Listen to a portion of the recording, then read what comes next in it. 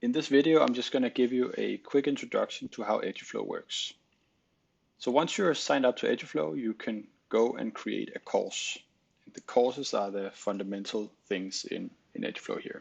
I'm going to make a course. I'm going to call it Introduction to, let's say, Education. I'm going to create the course. And then now I have a course with a title and a thumbnail. You can go and change the thumbnail to something else if you want. To make a learning experience in Eduflow, you have to do two things. You have to fill your course with activities and you have to invite your participants. Inviting participants is easy. You go here and then you either copy this course link for your students or you email invite them by clicking here and filling in their emails. So let's focus on adding activities to your course. Every course in Eduflow consists of a number of activities that come after each other.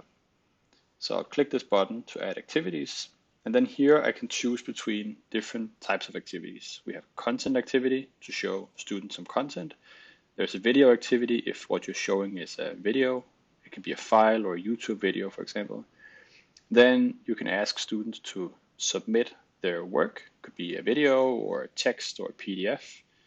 Then there are some activities that require a bit more. They depend on other types of activities. So an example is a peer review activity. And to use peer review, you also need a submission activity. But what we've done is that here in the bottom, we have created what we call some pre-made flows.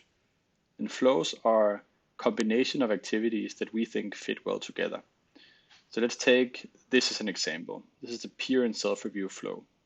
So if you take this flow, you get a submission activity where students submit something, a peer review activity where they peer review each other's submissions, then they get to self-review their own submission, and then finally there's an activity called feedback reflection where they reflect on the feedback they receive from their peers. So let's click this one, click add flow, and then now you see out here that the 4 activities have been added to my course. So I can call this flow for homework 1. And then now I'm basically ready. And then if you want to go and investigate a bit more and customize, you can go into the specific activities and set things up. So for example, if you want to go to the submission activity, you can specify what do you want the students to submit. Do you want them to be able to submit multiple files?